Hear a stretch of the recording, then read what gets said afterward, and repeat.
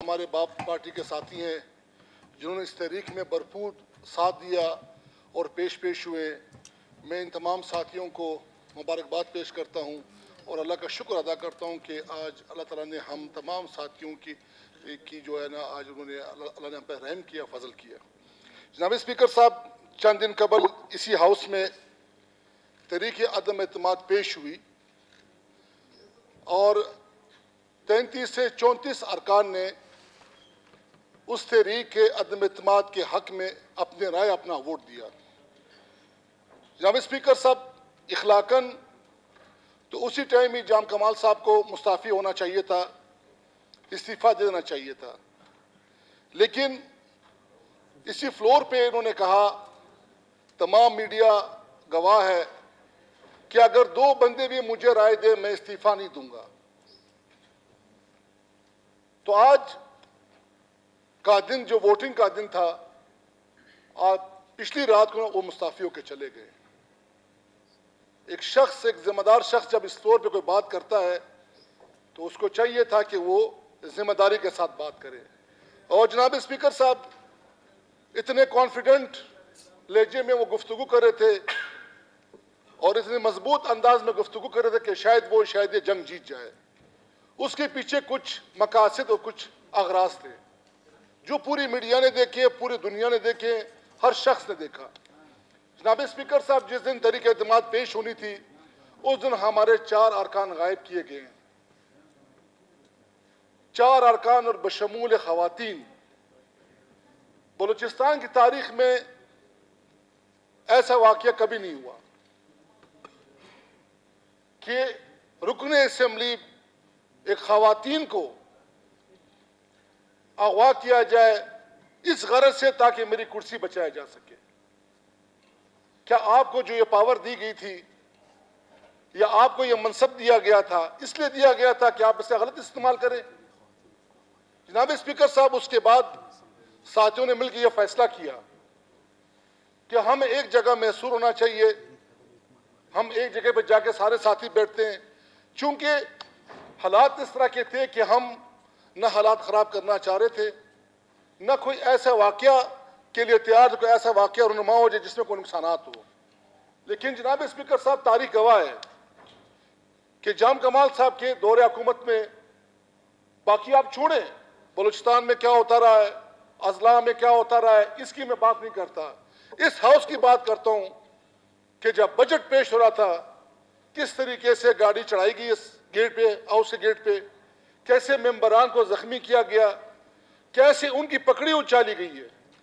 और आज अल्हम्दुलिल्लाह अल्लाह पाक ने उस बदले का सिला इनसे हमने ले लिया कि आप एक मेंबर पे गाड़ी चढ़ाते हैं। आपको पता है जनाब स्पीकर साहब, बख्तरबंद गाड़ी का क्या वजन है?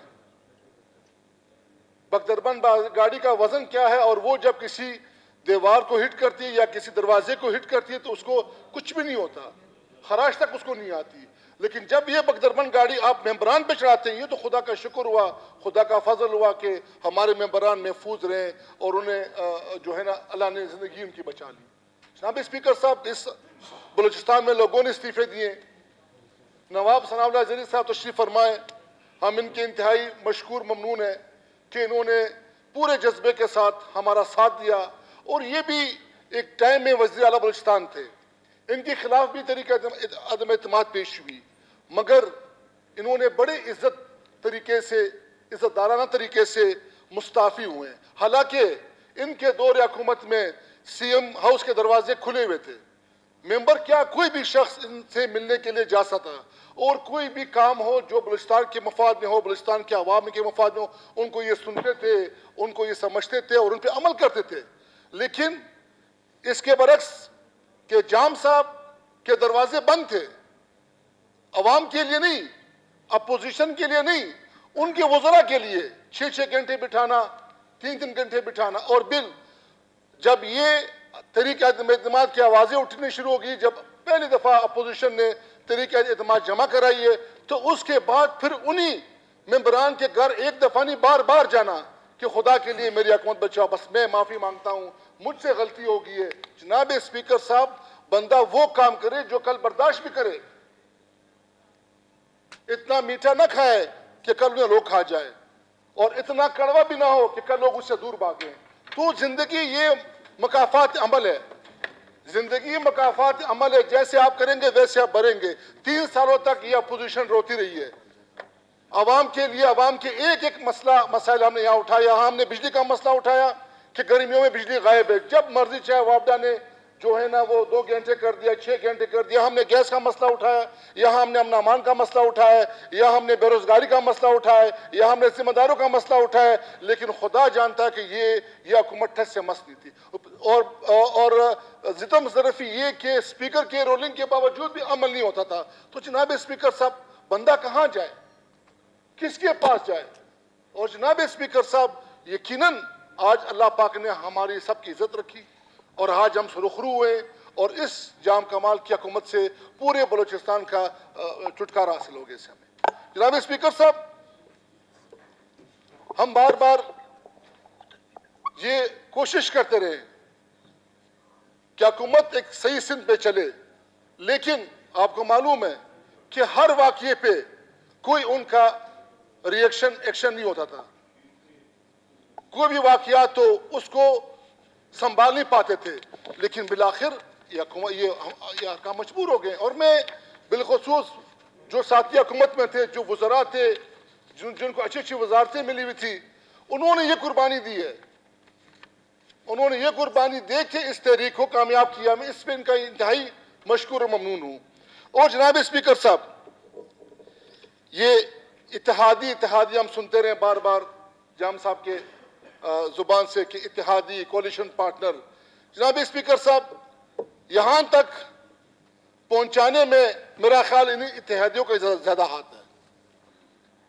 जाम साहब तो न बलूचिस्तान में रहे, न बलूचिस्तान की सकाफत का उनको मालूम है, न रवायात मालूम है। वो कराची में पले बड़े हुए, लेकिन जब मनफी एक शख्स मनफी हो और उसके साथ एक और मनफी टच हो जाए तो उसका रिजल्ट क्या होगा? मनफी का क्या रिजल्ट आएगा? मनफी जमा तो समझ में आता है कि कुछ ना कुछ पॉजिटिव होगा। जब मनफी और मनफी इकट्ठे हो जाए फिर क्या होगा? क्या रिजल्ट होगा? उसका रिजल्ट फिर ये होगा जो आज आपके सामने है। और जनाब स्पीकर साहब, मैं ये बात करते हुए मुझे बड़ा अफसोस हो रहा है कि यहां पे तहरीक एतमाद की कल वोटिंग हो रही थी, उसी रात इसी असेंबली के इर्द गिर्द एक ऑफिस में एक मिनिस्टर साहब बैठ के ऑर्डर तकसीम कर रहे थे नौकरियों के। आप देखें, इसकी निशानदी नवाब सनाउल्लाह ज़रीर साहब ने प्रेस कॉन्फ्रेंस भी की थी कि कोई भी ऑर्डर अगर माना गया इस दौरान, इन दिनों में, या किसी ऑर्डर पे अमल किया गया तो उस चीफ सेक्रेटरी साहब के खिलाफ, आईजी साहब के खिलाफ, जो भी उसके जिम्मेवार है उसके खिलाफ फिर कार्रवाई की जाएगी। अब यह सवाल बनता है कि कल रात को यहाँ या कल दिन टाइम को यहाँ पे ये ऑर्डर ज़राअत के किसने तकसीम किए? इसको जनाब स्पीकर साहब, इस पर आप एक रूलिंग देनी चाहिए आपको। इस पे रूलिंग आ चुकी है। 14 सितंबर से 25 अक्टूबर तक जितने भी ट्रांसफर पोस्टिंग या ये चीज़ें हुई हैं उसको गवर्नर साहब को भी, चीफ सेक्रेटरी, शुक्रिया जी। तो ये जनाब स्पीकर साहब, जिस मिनिस्टर साहब ने ये हरकत की है वो कोलिशन के पार्टनर है। और जनाब स्पीकर साहब, यहाँ पे इस हाउस में 6.5 लाख बुलडोजर आर्स की बात की गई है। इस पे तरीका 6.5 लाख, यानी ये तो बलूचिस्तान के लिए बहुत बड़ी बात है। 6.5 लाख आर्स की बात की है कि 6.5 लाख घंटे। इस पे जनाब स्पीकर साहब मैं चाहूँगा कमीशन आप बनाए। और जनाब स्पीकर साहब, यहाँ कोलिशन के एक साथी ने कहा है जब तहरीक एतमाद का सामना नहीं हुआ, ना कर सके और उनको नाकामी हुई, तो पश्तून और बलोच की बात की, और बिलखसूस उसमें सना बलोच की बात की कि ये सना बलोच यहाँ इस हाउस में मजलूम की आवाज़ बने। सना बलोच इस हाउस में एजुकेशन के बारे में बात की है, असातिज़ा की आवाज़ बने। यहाँ पे सना बलोच यहाँ डॉक्टर की आवाज़ बन के यहाँ पर इन्होंने बात की है। सना बलोच हमारे सीनियर भी है, हमारे उस्ताद भी है। हम सीखते हैं, हम पूछते हैं, इनसे कहते हैं कोई यार पे हमें भी कुछ आप हमारी कोई रहनुमाई करे। तो जनाब स्पीकर साहब, एक शख्स इस असेंबली में होते हुए अगर वो आवाम की आवाज़ बनता है, अगर वो मजलूम की आवाज़ बनता है, अगर वो एक मजबूर की आवाज़ बनता है, अगर ये भी ये ना बर्दाश्त कर सके तो आपका क्या ख्याल है ये और बातें बर्दाश्त कर पाएंगे? और फिर इसमें पश्तून और बलोच का नाम देना ये इंतहाई मेरे ख्याल से नामुनासिब है। जनाब स्पीकर साहब, यहाँ पे बात थी कि कोलिशन की तरफ से कि हमें जी डिस्ट्रिक्ट दिए गए, एक डिस्ट्रिक्ट को तोड़ के डिवीजन हमें दिया गया, डिस्ट्रिक्ट दिया गया।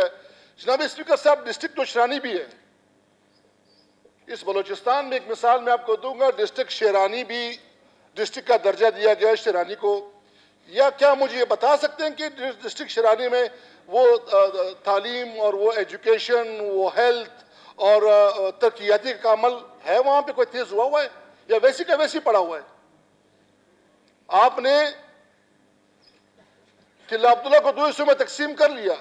अब आपकी जिम्मेवारी बनती है, मेन कोलिशन पार्टनर से आपकी जिम्मेवारी बनती है कि वहां पे तालीम, तरबियत, सेहत और जो वहां पे तामीरात का अमल है उसको तेज करें।